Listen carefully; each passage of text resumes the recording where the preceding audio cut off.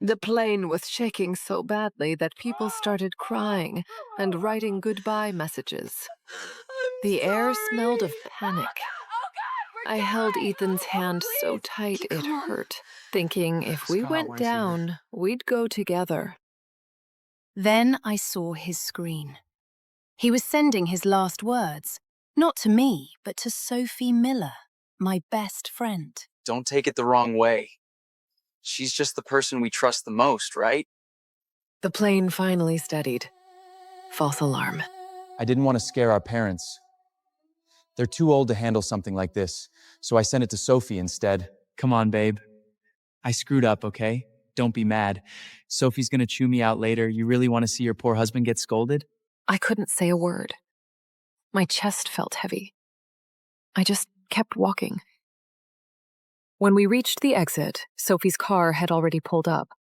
For a second, I thought she was going to run to me, but she looked straight at Ethan first. Then she hugged me tight and punched his shoulder hard. You idiot! Who sends a goodbye message like that? You scared the hell out of me. See? I told you she'd freak out. I just figured if something really happened, you'd know how to handle things for us. Now Nora's jealous. They joked all the way home, the kind of easy laughter that made me feel like an outsider. When we got home, I said I was exhausted and went to bed, but sleep wouldn't come. Ethan and I had been together 8 years, just got back from our honeymoon. I thought I knew everything about him. Yet when life and death were inches away, all I wanted was to hold him, and all he wanted was to write to her. He called it a will, but I saw every word he typed. My hands went cold. Nora, Then I I'm heard walking his Sophie voice downstairs. outside the door. Be right back. When the front door closed, I got up. His phone was still on the coffee table. My heart pounded. I grabbed it, entered his passcode. Then I found his second profile. No password is needed. Their messages went back 8 years, before I even met him. The early ones made me sick. Then the tone shifted. From friendly teasing to late-night confessions. From guilt to temptation. From temptation to something far worse. 8 years of betrayal, sitting right there in front of me. I took screenshots, locked his phone, and walked to the window. Down in the driveway, Sophie was standing close to Ethan, her hand on his chest. They weren't just friends. They never had been. And as I watched them, something inside me cracked wide open. Completely. When Ethan came back, he slipped behind me and wrapped his arms around my waist. His breath touched my ear, warm and steady, and it made my stomach twist. I pushed him away and moved into the guest room. By sunrise, I was gone. Staying under the same roof with him, I'd end up throwing up. When he called, I was sitting in Daniel Brooks's office, a divorce agreement lying between us.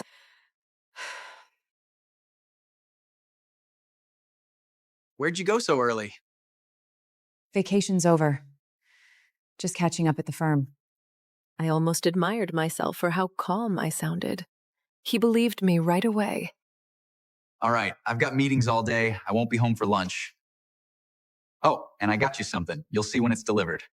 The moment I hung up, Daniel looked up from the papers. You holding up okay? Everything on that list goes to me. He's the one who cheated. I want 90%. If he's been unfaithful, that's your leverage. Stick to the plan. He won't refuse. You just need to follow through. Ethan Reed and I were past forgiveness. One of us had to break. That afternoon, a package arrived. His gift, a designer bag worth $2,000. Well, someone's spoiled. Yesterday he wrote me a farewell message, and today he drops $2,000 on a purse for you. Maybe stop being so dramatic, huh? Forgive him already. Her tone, half joking, half scolding, made me want to laugh. Somehow I was the unreasonable one now, the woman who couldn't take a joke. What's wrong? You okay? I'm just tired. Jet lag, maybe. Then rest up. We'll catch up later. As soon as the line went dead, I opened my laptop and searched every social account Sophie had. We'd known each other for years, but only been close for 5. Everything looked clean. Perfectly curated smiles, dinners, girls' nights. Nothing suspicious. But then I checked her following list and spotted an avatar, a chubby cartoon girl in a traditional dress, exactly her taste.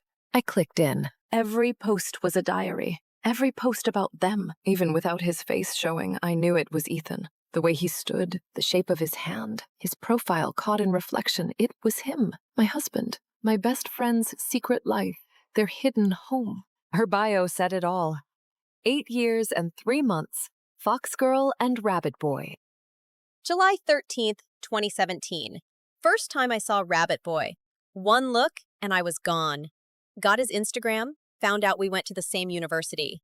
Joined his club just to be near him. October 1st, 2017. My roommate and my crush became friends. She's got that sweet fake voice. Guys always fall for that. Figures.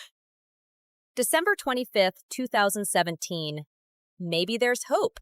He said he feels torn, but we just click. I scrolled through post after post, each one another knife.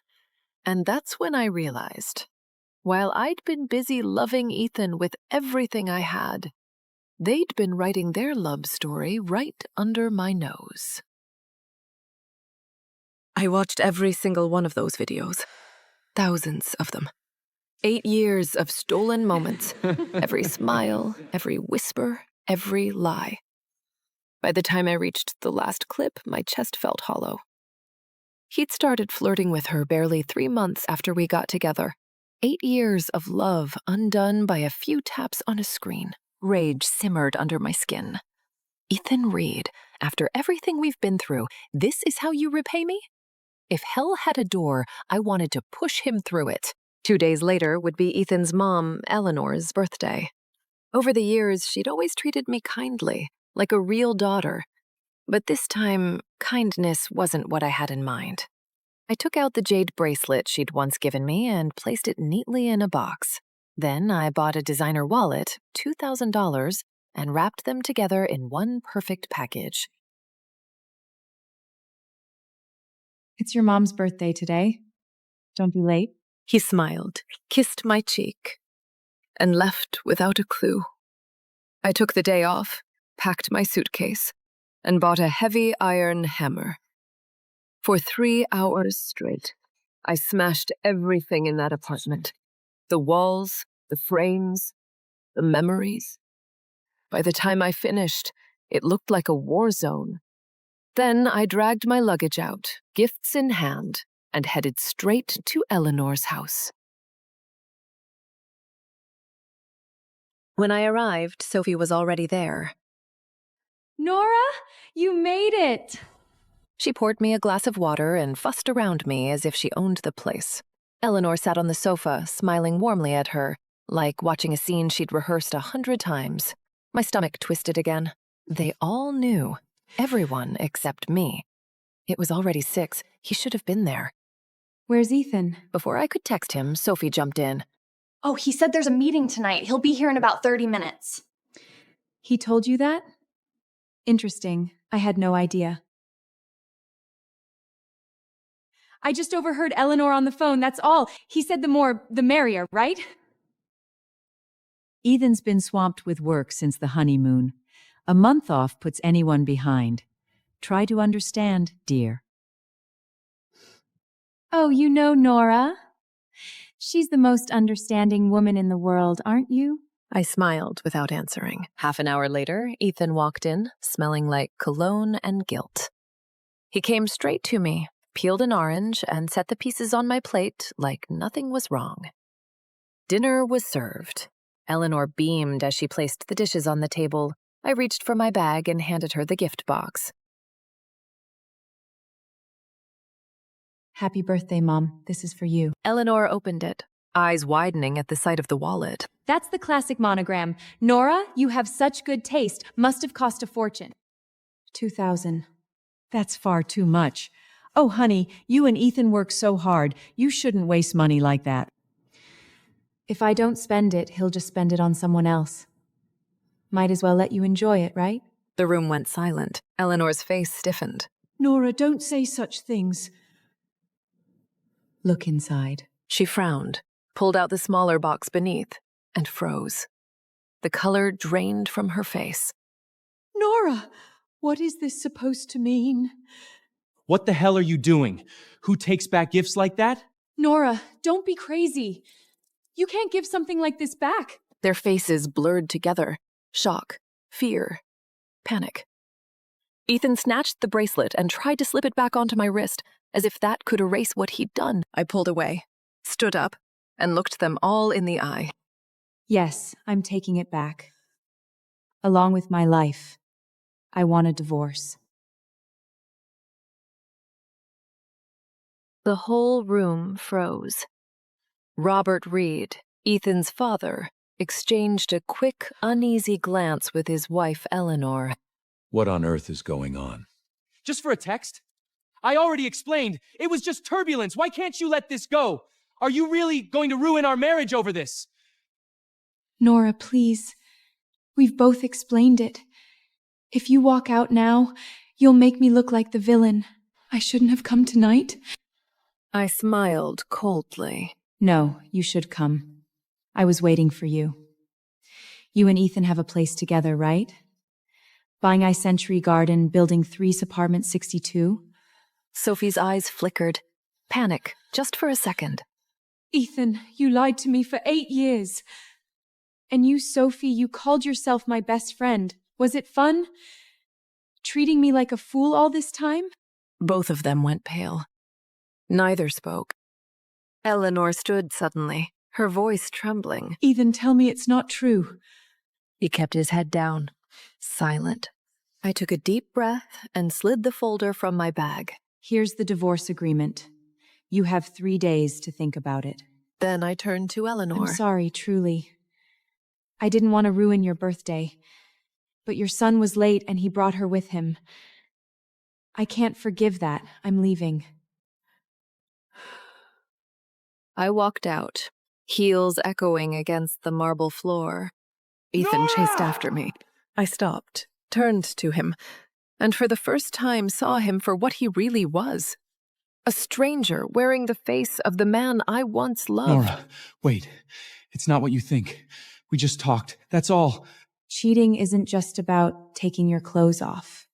It starts the moment you share something that should have been mine. The first time you accepted her invitation, the first time you didn't say no, you were already gone. He reached out, but I was already walking away. I got in my car and drove off, leaving him standing there in the street like a ghost. By the time I reached my small apartment, my phone was buzzing again. His name flashed across the screen. Against my better judgment, I picked up. Nora! You've gone too far! You destroyed our home! You destroyed it first. I just leveled the playing field. I tore down the walls you built your lies in. Seems fair to me. The renovation was my money. I paid for it too. And all I did was bring it back to how it started. If you don't like it, call the police. I hung up before he could answer. I wanted to block his number, delete everything. But the divorce papers weren't signed yet. Sophie never called. Of course she didn't. She knew me well enough to be afraid. I've never been one for words, but once I make up my mind, nothing can pull me back. That night, I checked her secret account again. She'd posted a new video. So much drama. Someone ruined an old woman's birthday over nothing. Some people just love destroying lives. It already had hundreds of likes. A mistress, shamelessly painting herself as the victim. I scrolled further. Another video had just gone up. He's heartbroken, furious, betrayed by the person he trusted most, and she did it all on his mother's birthday. Who could be that cruel? I stared at the screen, laughing under my breath. Sophie Miller, the woman who stole my husband and played the saint online. But this time, she'd picked the wrong enemy. Sophie never admitted anything publicly, but when someone asked in the comments, she finally replied, Some people just can't let things go. They had to ruin someone's birthday dinner. Disgusting. The thread exploded. Hundreds of strangers rushed to her defense, calling her graceful and mature. She even added a cheeky tongue-out emoji and wrote, I'm not the type to hold grudges. Life's too short for negativity. Everyone praised her for being classy. I couldn't help but laugh. Classy women don't sleep with their best friend's husband. So I stayed silent. I waited. 3 days later. Ethan still hadn't signed the papers. He wasn't answering calls either. I had no choice but to go to his office.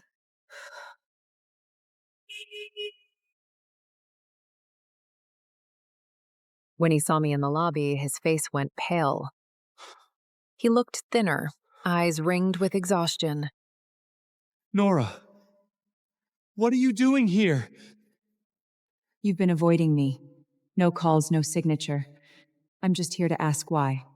Nora, I don't want a divorce. I messed up, yes, but I never betrayed our family. I was just confused. Stop! Do you even believe what you're saying?